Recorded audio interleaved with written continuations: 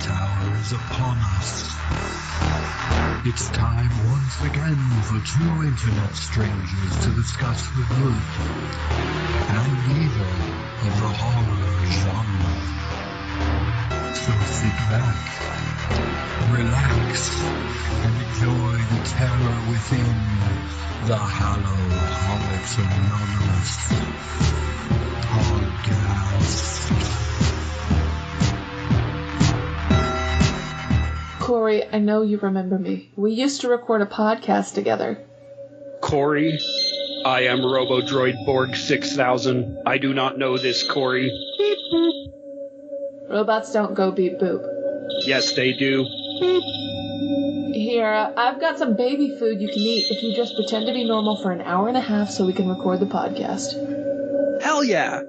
Hi, I'm Maddie. And I'm Corey. And this is Hallow-Holics Anonymous, a show dedicated to all things horror and occasionally Halloween. Okay. I don't have to do any other voices this podcast, right? Because I have to keep Robocop set up or I lose it. It's like a weird bunch of sliders. I mean, we could go ahead and do an impromptu rap now.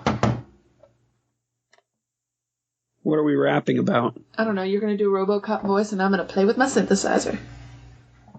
Oh, God. All right, guys. We've got a special treat for you. Wait, no, we have to discuss the topic first. Oh, yeah. Yeah. Before we launch into the topic, before we launch into the special treat, let's talk about the topic, which is the future we almost had have. Actually, Robocop's pretty accurate. Yeah. and I guess the past we could have had. And we don't know we didn't have, because there's a lot of things that went on behind the Iron Curtain. Oh, that's true. This totally could have happened. Could have happened. Basically, we're grasping at straws to try to make these two movies relate to each other, because we really wanted to watch movies that didn't suck for a change. Yeah, we just wanted to have some fun. And, after the Blair Witch films, we were just exhausted. So I ended up watching the first Robocop like I was supposed to. Mm-hmm. Then I watched Robocop 2. And then I tried to watch 3. We'll get to that. And in watching Frankenstein's Army, I had to watch Overlord again. So I've got a lot of stuff in my head. Unfortunately, I didn't write any of it down, so hopefully that'll go okay. I would say Overlord had a better look to it. As far as aesthetics that are highly polished and big budget go, but I really much preferred the characters and the darkness of Frankenstein. Oh, Frankenstein's Army was so fun. And had I remembered it was a found footage, I would have made us do it then. Yeah. Oh, well. Without further ado, let's do a rap about Robocop. Oh, God. Okay, I'm going to come up with a beat and you come up with a line. Let's see if we can throw something together. Hold on a second. I need to... Yeah, I'm just playing around. Okay. Okay.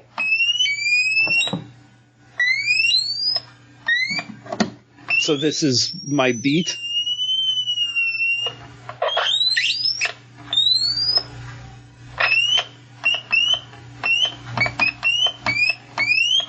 What kind of beat do you want? I don't know. I guess that's fine.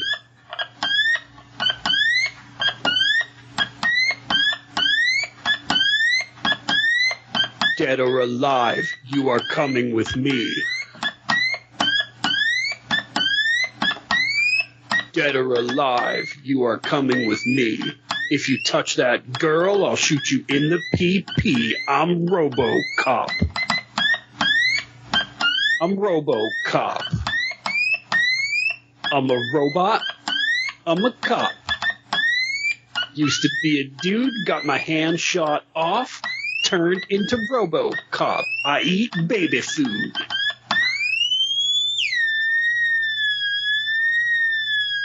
And my family doesn't love me anymore.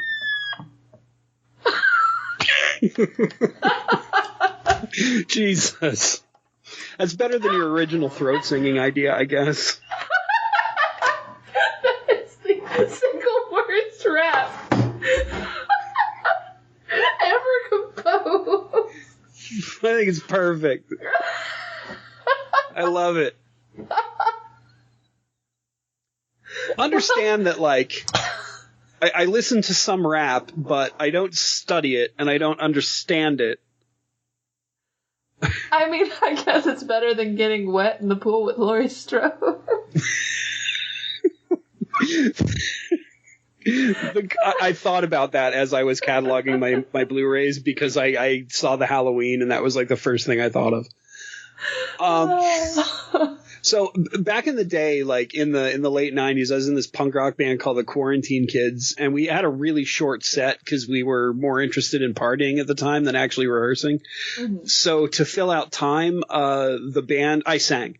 The band would play like this generic country beat, and I would freestyle country music, which I'm better at.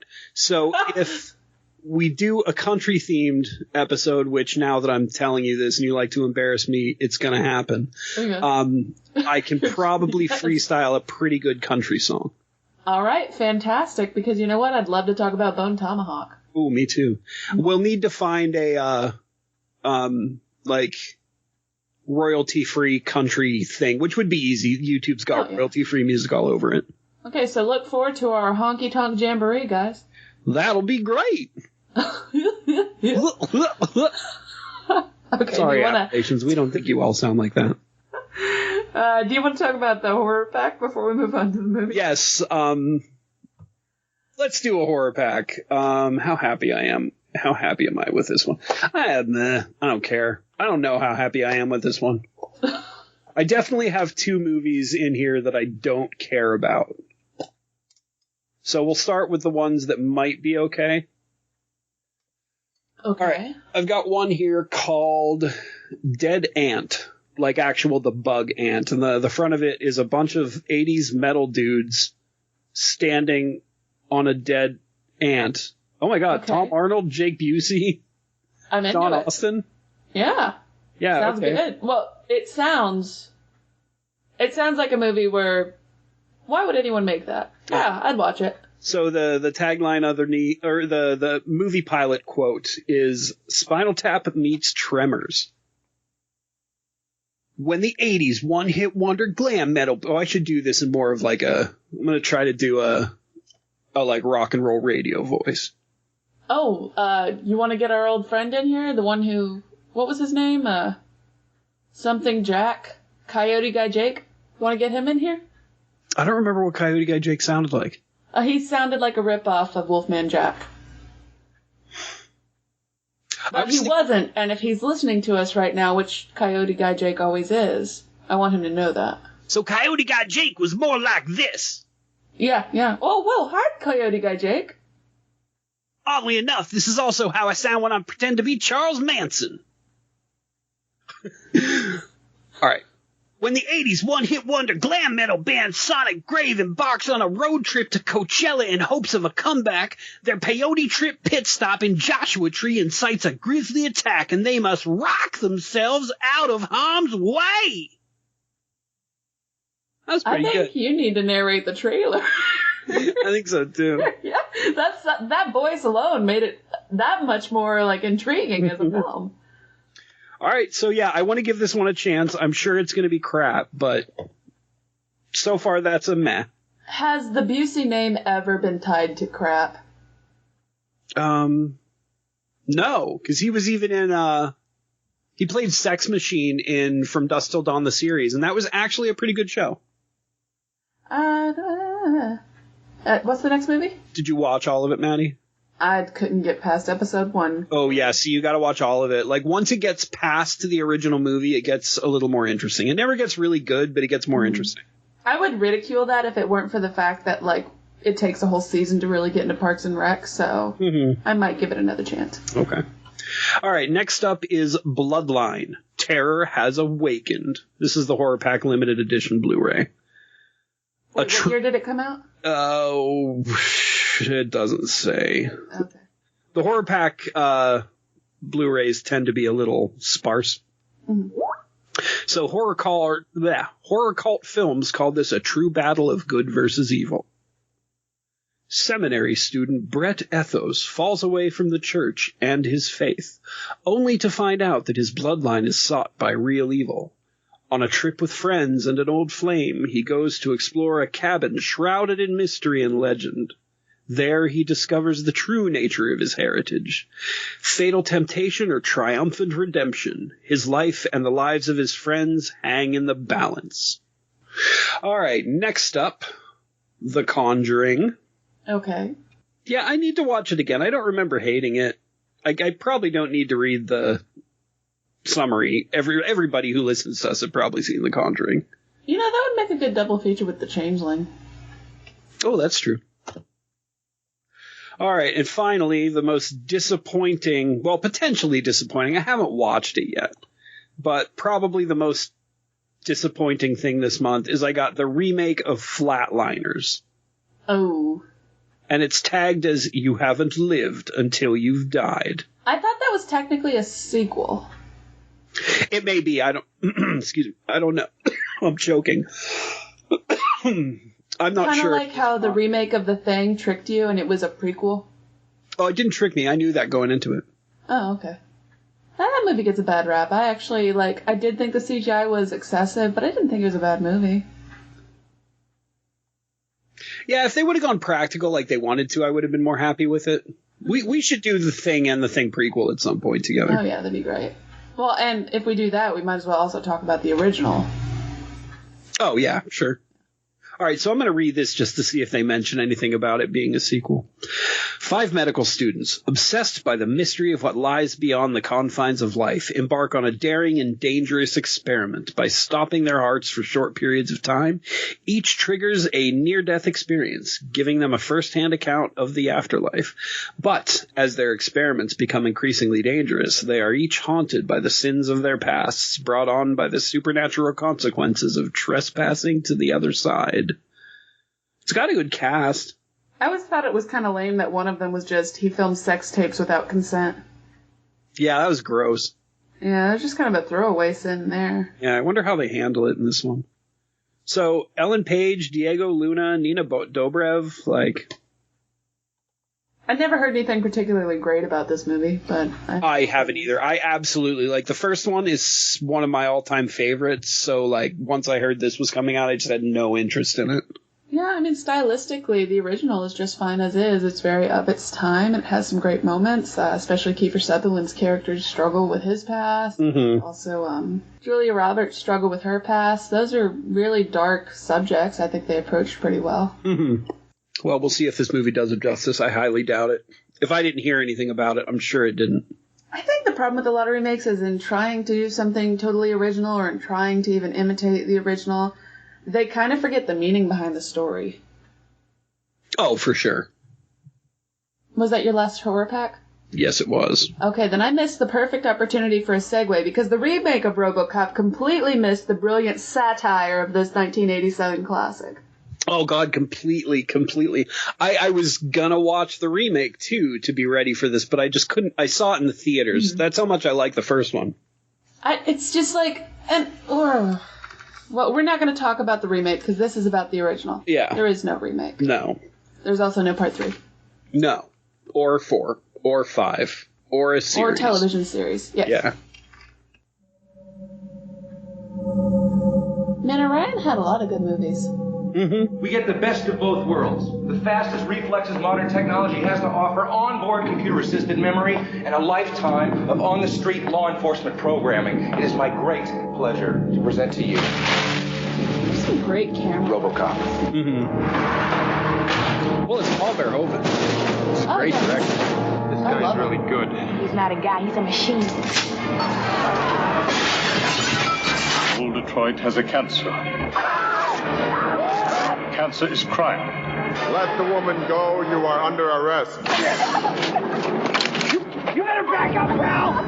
Your move, creep.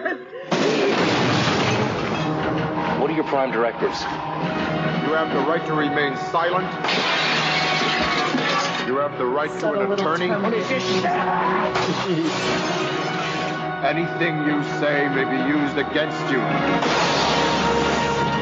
He's a cyborg, you idiot! You record every word you said. You're dead. We killed you. His memory's admissible as evidence. You're gonna have to kill it. Get in the car, for God's sake!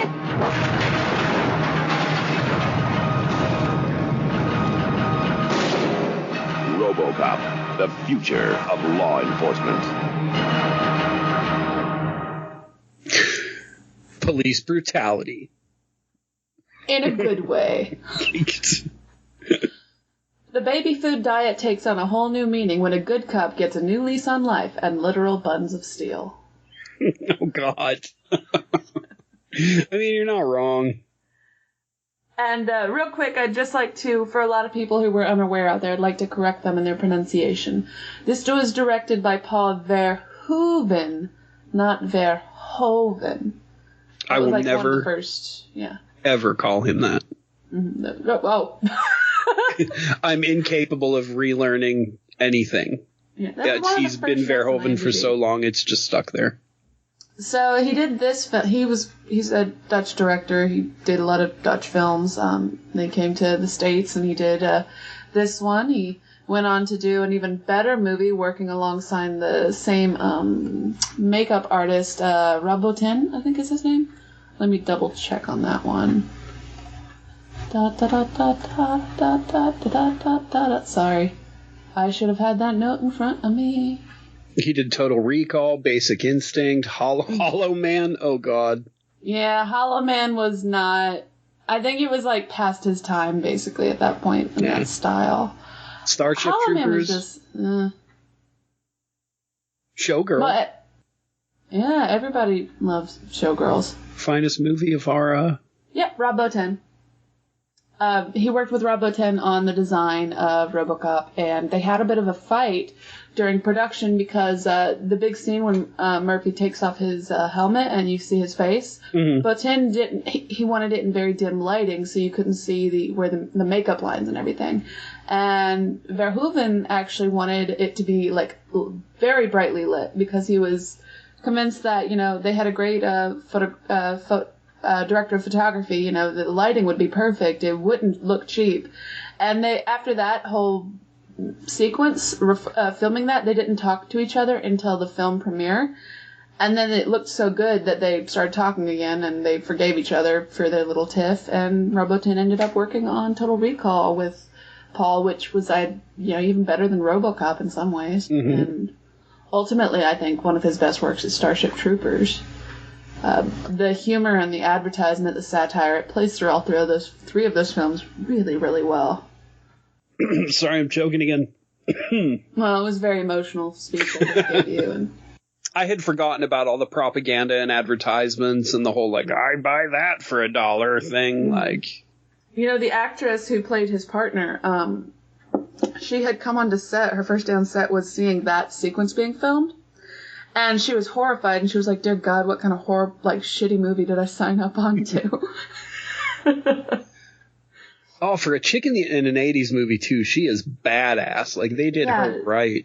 She is, a strong female character by every definition. Mm-hmm. And her name is Nancy Allen. Might want to, call her by her name. I'm sorry, my notes are everywhere. She was in Poltergeist 3, which I recall being a notoriously bad movie, if I'm not mistaken. Is that the one where the swimming party? Yes. Yeah, it's not great. Yeah, I remember a lot of foam in that one, I think. Oddly enough, I didn't watch that when we did our Poltergeist thing. I only watched the original and the remake for that. Oh, God, she was also in Strange Invaders, and she was worried she signed up onto a bad movie with this one. Wow. I don't think I've seen Strange Invaders. Well, she was also in Carrie, so that's pretty awesome. Let me look my note. Peter Weller, who played the Robocop, he had a mime coach to help train him in physical acting for this role, but the suit was so late to being developed, to being completed, because there were so many debates on how to design it and make it look real, that when it was 3 weeks late, and when it was finally ready for production, first day of recording, Peter couldn't move in it. It was so unwieldy and so awkward.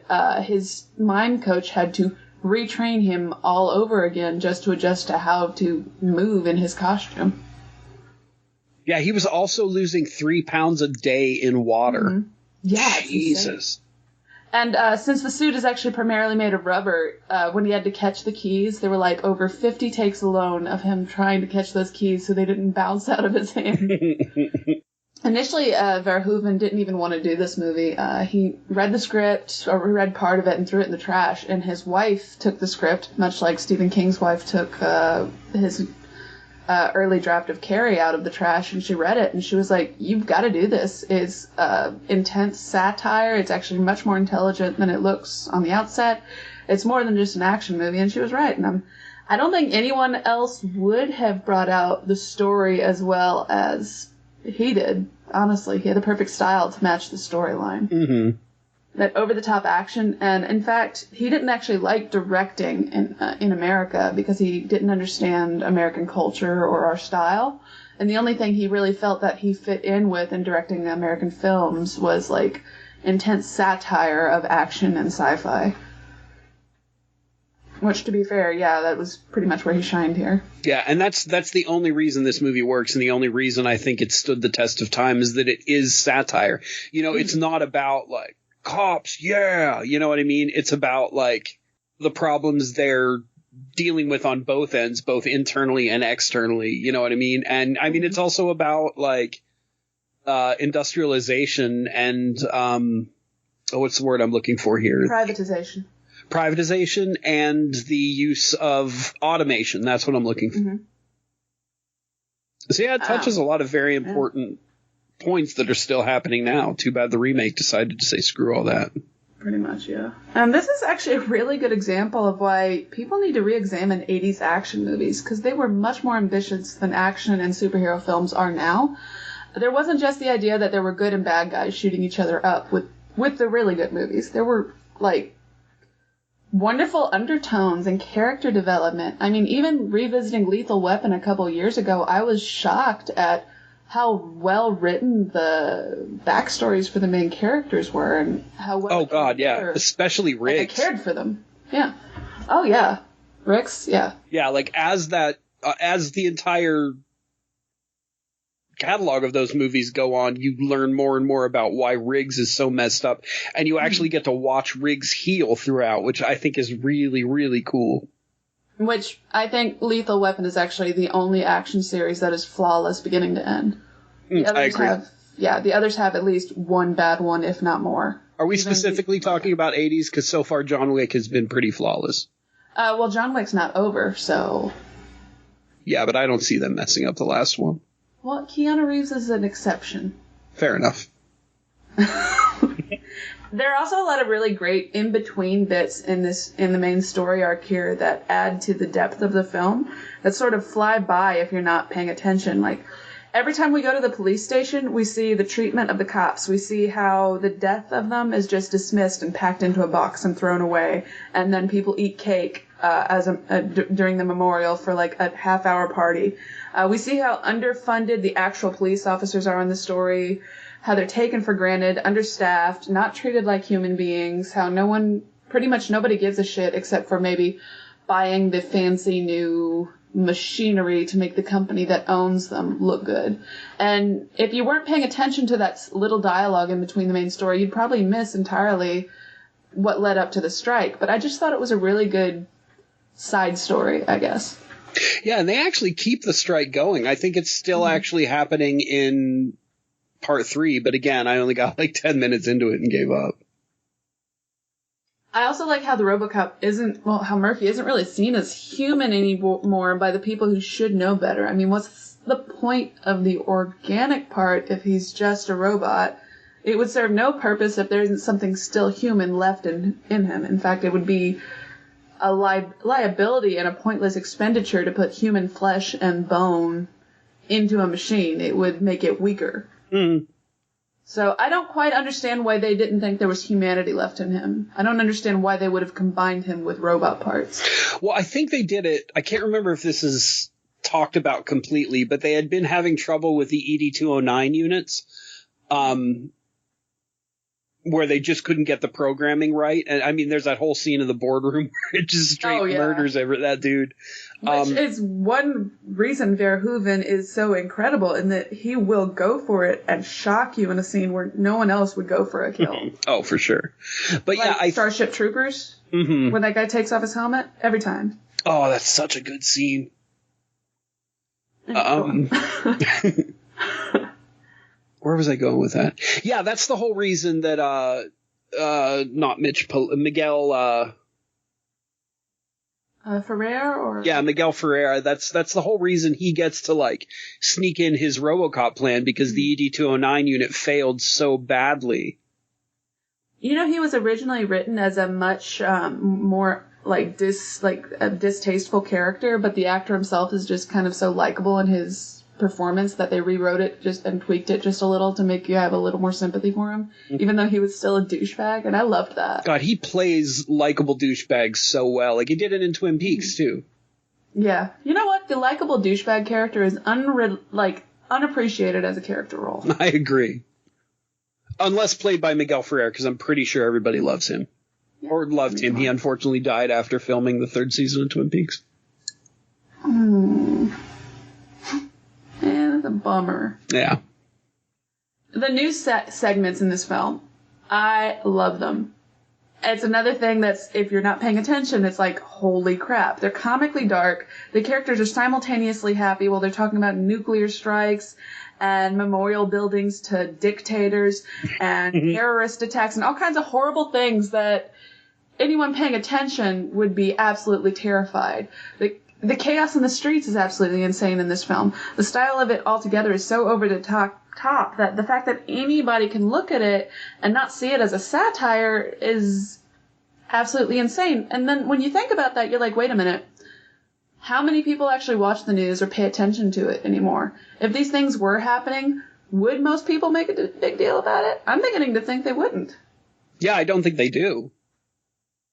Yeah.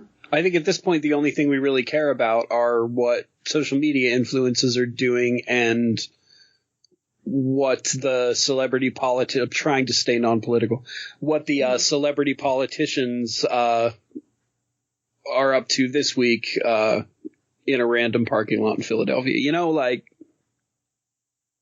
yeah, I don't think people give a shit about stuff like this, and that's part of the problem. Like, people just don't care.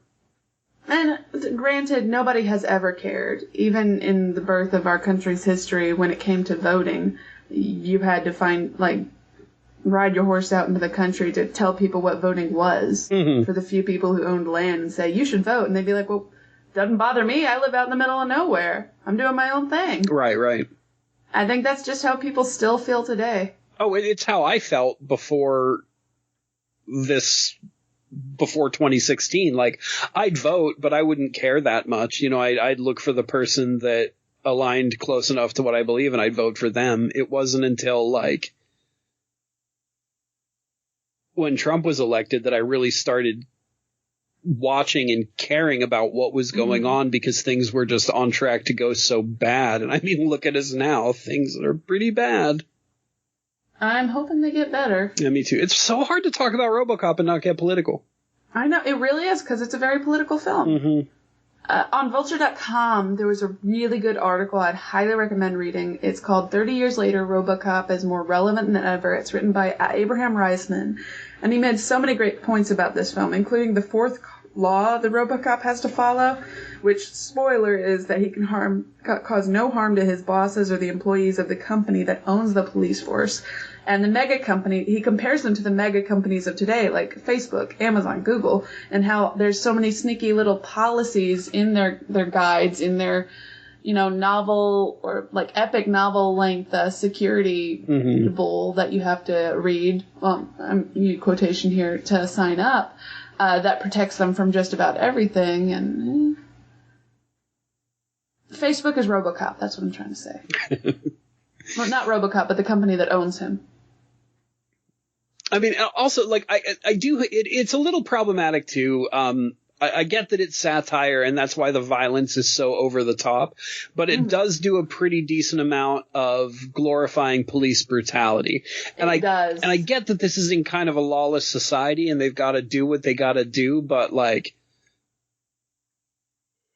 cop movies don't I think they could have done to show more sympathy for people who were outside the law but also not criminal in nature. They should have shown a little bit more of that to bring it a bit further into satirical reality, I guess. Yeah. That makes sense. And they take it to both extremes too. Like in this one, RoboCop shoots a dude in the dick. In part 2... Which I love whenever they do that in a movie. I'm sorry. When it happens to a bad guy, shoot him in the dick. Me too. In part 2, he gets... 2? Yes. Go on. Jesus. In RoboCop 2, it's sort of the opposite because they reprogram him to be like super nice. He's talking to kids about nutrition and stuff, which is hilarious because I found out like that whole like, and now a word on nutrition is actually like, it's from a band I love, Covenant. You should check them out at some point. And for like 15 years, I've been like, where is that quote from? I've heard it before. And then all of a sudden I'm watching RoboCop 2 at 4:00 in the morning and there it is. So the 6000 SUX. I want to own this fake car. Why? Everything about it is like what we hate in cars. It gets terrible gas mileage. It's super polluting. It doesn't even look that good. But the advertising. I was reading a wiki article on this, and I thought it was kind of funny. You know why it's called the SUX, right? No. It's a jab at the Pontiac 6000. 6000 sucks. Oh, okay. My mom had a Pontiac 6000. Dude, you could hear that car coming. It made some weird high-pitched sound. You could hear it coming from like 2 blocks away. So I always had like a warning when my mom was coming home because I could hear this weird high-pitched hum of her car. Now, are you sure that wasn't just her really mad and humming out the window? No, it was definitely the car. But there were a bunch of times I didn't get caught smoking weed because of that noise. So thanks, Pontiac. You know, even though this movie is filmed in ultra bad crime city Detroit, there were only actually, the story is set in Detroit. Only the first film had any shots whatsoever actually filmed there, and it was mostly skyline shots. Oh, I didn't know they didn't film in Detroit. Nope. And they also had to install an AC in Peter Weller's suit because of that whole water, him losing 3 pounds of Oh, yeah, I read that. Poor guy. Yeah. All in all, though, like, Robocop, even though it's long, it's one of those... If it had been shorter, I would have said, I wanted more. You know how you watch a movie you really love and it never seems quite long enough? You wanted 10 or 15 more minutes of the story? I think Robocop is a movie that recognized that and went that full length so that you got just enough of the movie that you don't need more, and you also don't feel as if it was too long. Does that make sense? Yeah, it totally makes sense. Yeah. I don't know. It's a movie people really need to rewatch if they haven't seen it in over 20 years. Yeah, I would watch for the first time. I would be very surprised if any of you listening haven't seen RoboCop. I don't know why you listen to a podcast about weird movies if you haven't seen that, but... I mean, you might be my boyfriend, but who knows? That's true. He is out there, I hear, watching, waiting. I'm sorry, Ryan. Anyway, next movie. I'm not. No, I'm sorry too, Ryan. You're a nice fella. You're a keeper. I don't even... Should we cut that? No. I want to successfully embarrass you and your boyfriend at the same time. All right. Moving on to your movie, which is such a Corey movie. Is what? Such a Corey movie. Oh, it really is. I thought you said corny for a second. I was about to be upset with you.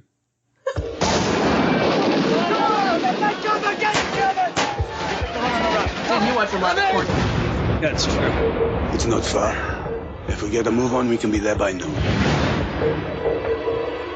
I wish they'd saturated it a little more, just to make it look like more like Soviet Let's style. move down to the church. Yeah, that's maybe a 16 mil ceiling.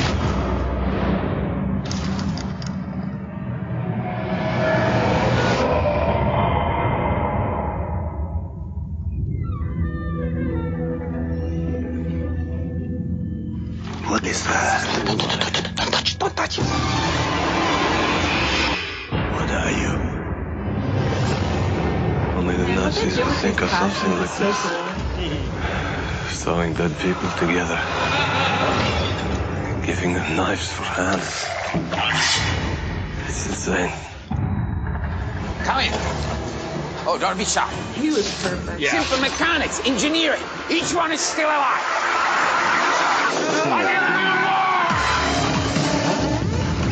It works. You're insane.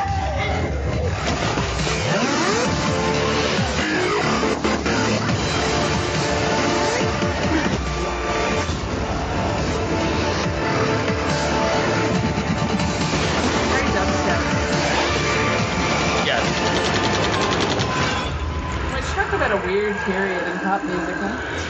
Dubstep. Oh, yeah. It's always misunderstood. I could talk about dubstep for like a half hour. Real quick, though, before we talk about the movie, please explain the appeal of dubstep to me. The appeal to me originally, before I found out the sheer like douchebaggery surrounding it, was that as somebody who makes synthesized music, like the way they were doing those beats and the way the drops happened just didn't really happen that often before, and didn't happen that way. So those drops, the whole like when the song just goes, you know, that kind of thing. Mm-hmm. That sort of opened up this whole world to producers that didn't really exist before, which is also why dubstep got so cheesy and exploded the way it did. But I've never liked much dubstep, but it's definitely given me ideas in my own work. And it's taken a lot of what dubstep was doing. It was taking from old industrial stuff, like old Skinny Puppy, Mm-hmm. you know, even some Crazy Einsteins and New Bounty stuff. Like I love Einsteins and New Bounty. Me too. It's got a place in history. It's just not good music. But it did do some things for the genre. That was a really succinct description, and I understand it a little more, even though it's not related to the subject of this podcast. Thank you very much, Corey. Yeah, glad I could help. If I'm wrong, please email me and tell me. But I'm never wrong, so. All right. Frankenstein's Army. Yes, Frankenstein's Army is probably one of the most punk rock horror movies I've ever seen. It's so like there's not much to say about the plot. All right, some Russian, this is World War II. Some Russian recon guys get a radio signal from another group of Russian recon guys that they're like stuck fighting in this town. So this recon group is tasked to go try and save these guys or fight with them until backup arrives. I get it a little mixed up with Overlord. Which I also. The main guy is recording a documentary for Stalin. Oh yeah. Well, I was going to get to him, but yeah, and they are they're in the midst of a propaganda documentary as well. So they stumble upon this compound building. Yeah, kind of like that. Kind of. There's a lot of buildings like that in Russia. Yeah. Which turns out to be a laboratory for a descendant of my favorite and yours, Victor Frankenstein. And he is continuing his great, it was Baroque, wasn't it? Great. Doesn't matter. He's continuing the research, trying to make like super soldiers for the Nazis. And this is where the movie really starts to shine. Like the plot doesn't matter. Nothing matters except like seeing these creatures that were once human that were now this like distorted sort of redefining of the Ubermensch. You know what I mean?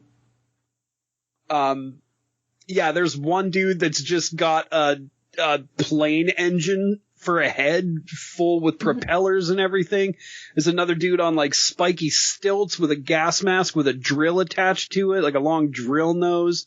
There's this dude with big metal lobster claws. Like, the movie kind of tricks you into thinking they're going to be pretty generic monster people too, because the first evidence you see of them is just a human skeleton with a cow skull head or goat skull. Oh yeah, I couldn't tell which, but yeah, they definitely like didn't ease you into what you were about to walk into, and I'm pretty sure that's why a lot of people maybe didn't see this movie when it was released, because like aside from the front cover and sort of glimpses in the trailer, you don't really know how cool all the creature effects are going to be. Mm-hmm. I mean, they had a dude with giant metal lobster claws. That was just cool. So good. Oh yeah, eventually they all end up at this pit where like the bodies go down to either get repaired or like get turned into these things, I think. And there's a kid with him, and you know how much I love kids dying in movies, and this kid just gets... I'm glad you attached in movies to that. Yeah, totally. Where did that kid come from? Oh, they found the kid and the woman with a Nazi soldier, right? That was trying to escape. So, they're down there. Again, the plot doesn't matter, so we're not going to get too far into it. They're down there and they find out that the documentary filmmaker is actually on a secret mission to capture Frankenstein and give him a deal to work with the Russians instead of the Germans. So the recon team gets pissed, shoves him down the hole.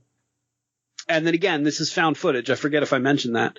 So the last, 40 minutes of this movie are just this documentary filmmaker sneaking around all these crazy monsters, doing crazy things until he gets to Frankenstein. And then it's this whole thing where he's trying to like deal with Frankenstein while Frankenstein's trying to get him to film everything. And then later on, they drop the characters back in that left him upstairs and you find out their fates, which I thought was really well done. You know what I mean? I thought it was really cool to see like the dude getting his brain switched with a German and like all that stuff. Oh yeah, there were some really gruesome effects. Mm-hmm. Like when Frankenstein was actually poking at that brain and like pulling it apart. Oh yeah, when he was just pulling chunks out, he's like, oh, that's fine. That's fine. We don't. It was so good. And the end. It was a good wrap up. It was the inevitable end that any normal person would have seen coming except for the main character. Oh, yeah, totally. Oh, that was great, too, when the younger recon guy comes in and documentary guy thinks he's going to get saved, but he just keeps grabbing stuff and, like, going back and forth. That was so funny. And this movie's, it's got a decent amount of humor in it, too. Yeah. Like, before they even start finding their way there to that compound, they have this crazy drunken night. Mm-hmm. Oh, that's another thing we should probably touch upon. The reason that drunken night happened was because this recon unit raided a town of civilians and murdered everyone and stole all their stuff. So it's another good example of, like, in war... You don't care what happens to these guys. Right, yeah, you don't care what happens to these guys. Plus, in war, especially World War II, when you're talking about Nazis and Russians, some terrible, terrible things were going on. Well, let's be honest. In brutal battles like this, the good people who will sacrifice themselves for others don't make it. Right. Because they sacrifice themselves for others. Yeah, it's only what's left behind. The monsters and the sociopaths, unfortunately. I can't remember. How does it end? It ends with the camera basically like failing on him as he's screaming to be saved. That's right. So he doesn't actually get out, but I mean, I guess it's they at least found the camera. Ooh. I guess we infer that. Which they always do. Yeah. Except for, what was that film, Exposure or something? That great one with the two guys, the friend who's the recovering drug addict and... Oh, Resolution. Yeah. That one was a little different. I was just reminded that I own that movie. I need to watch that and The Endless again. Resolution is a movie everyone needs to watch multiple times. Have you seen The Endless yet? I have not. I still haven't seen it. Yeah, it's in the same, not only the same universe, but like the same area. Like there are some amazing callbacks to Resolution. I would actually watch Resolution again before you watch Endless, just so you're caught up. Okay. Well, I'm going to hand it to you, Corey, for Frankenstein's Army. The name made me think this was going to be another one of those movies that I was like, this is so Corey. I'm probably not going to love it. I'm going to do my best to watch it.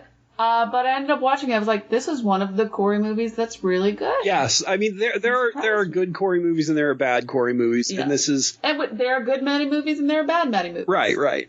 Yeah. It's hard... Like mine tend to lean towards, like, older kind of films where unless you like old Hollywood, it's harder to get engaged with it. Mm-hmm. This is a really good example of how I discover good Corey movies, too, because this movie was released in 2013. I probably didn't watch it for the first time until 2017, 2018, but I had known of its existence. Like, I kept seeing it on, like, video shelves. I kept seeing it in streaming service. I'm like, this is probably terrible. I love Frankenstein, and this is just going to be some cheap crap. And, like, seriously, 5 years went by. And somebody was finally like, no, dude, watch this. It's pure punk rock madness. And it was. Yeah, It was and it perfect. totally is. It's so good. Yeah, in fact, as I was saying during the trailer, the only flaw with this film is that I don't think it was saturated enough. It didn't seem like it would have been like Soviet film equipment. Yeah, they definitely didn't like beat up the camera enough as they should. Enough as they really didn't beat up the camera nearly as much as they should have. And I mean, that's just fine because it's tough to watch found footage sometimes because people go too far in beating up the footage, but. And this also does a really good job at, like, explaining why the guy still has his camera without actually saying why he still has his camera. You know what I mean? Mm-hmm. Like, the whole time it makes sense that he's still filming. Like, he's a sycophant to the Russian agenda. Like, he's not going to give up that camera. Right. At the expense of anyone. Mm-hmm. And then I think by the time he would have given up the camera for his own life, it's too late because Frankenstein's all about him filming. So, yeah. It's not even about them striking up a deal for Frankenstein to get work. At the end, he's run out of bodies. That's it. Yeah. So the last thing I have, this movie always makes me want to watch Overlord, which isn't nearly as good as this movie. Have you seen Overlord? I have, yeah. I thought there were some seeds of something really good in it, and there were good sequences, but it didn't come together for me. Well, I kind of wonder if Overlord wouldn't exist if Frankenstein's army didn't exist, because there is some like one of the first things that happens when they touch down in Overlord is they find a weird skeleton, just like in Frankenstein's army. And there's a couple other little like going into it. I'm like, I've discovered plagiarism. Like I am watching plagiarism, but I mean, they're different every year, enough. There are at least 2 or 3 movies that come out with like eerily similar themes. Yeah, that's storylines. But they're different enough for it to not be that. But I really think that like Overlord was heavily influenced by Frankenstein's army. And I bet if I would have done 5 minutes of research, I could have proved that. But who has the time? At the end of the day, though, we both picked some pretty good movies that I'd say everybody needs to see at least once. I agree. If not more. Like, I'm already thinking about rewatching Frankenstein's Army because I want to catch stuff I missed. Which is a sign of a good movie. Honestly, if we want to jump back for a second, Robocop 2 is worth a watch, too. It's not quite as satirical, but it still has quite a bit to say about what's going on in the world. It's not until you get into 3 where it gets really bad. With that being said, if you would like to email us, you can email us at Hallow-Holics@outlook.com. If you find yourself in need of someone to tweet to, just about your life, how you're feeling, he's lonely tonight. What you're doing. Hello. Hit a brother up. Slide into my DMs. It's cool. Are you lonely? No. Do you want to talk to Corey? Oh, God. Ooh, that's a good idea. We could do one of those like party line phone calls eventually. Yeah, you can find us on Twitter at Nowhere23 or by searching Hallow-Holics. You can also find our blog at hallowholic.blogspot.com or hallowholic.wordpress.com. Track my entries from this past October. I didn't quite make it to the 31 days I'd hoped for this year, but I tried. So the man hastily wrapped in tinfoil behind me, trying to pull his gun away from his, quote, leg holster, he just duct taped it there, would like me to tell you to go to podpedia.org and search for our portal, HHA. Do you think he was just in a rush today? Because that's not his typical style. He usually is more put together, more... Honestly, I think he forgot we were doing RoboCop and he wanted to be Robo-themed and he just used up all the aluminum foil in my kitchen, which you're going to pay for. Oh, he's gone. Oh. Well, to be fair, though, we haven't been very organized about how often we update, so he never knows when we're recording anything. That's very true. Like, I'm surprised he must live nearby. He must. Or, in your attic. Well, I don't think I have an attic. Ooh, maybe that's why I don't think I have an attic. He's good. Corey, you didn't finish your baby food. I will get to it when I'm hungry. That is so typical of you, man-bot. What is that supposed to mean? All I'm saying is I opened a perfectly good jar that I slaved over purchasing at the grocery store, and it's just sitting here half empty. I'm 40 years old. I have nothing but a brain and half a face, and I can't eat pizza. Just let me not eat the babe. Give me my humanity, Maddie. Good night, guys. Thanks for listening.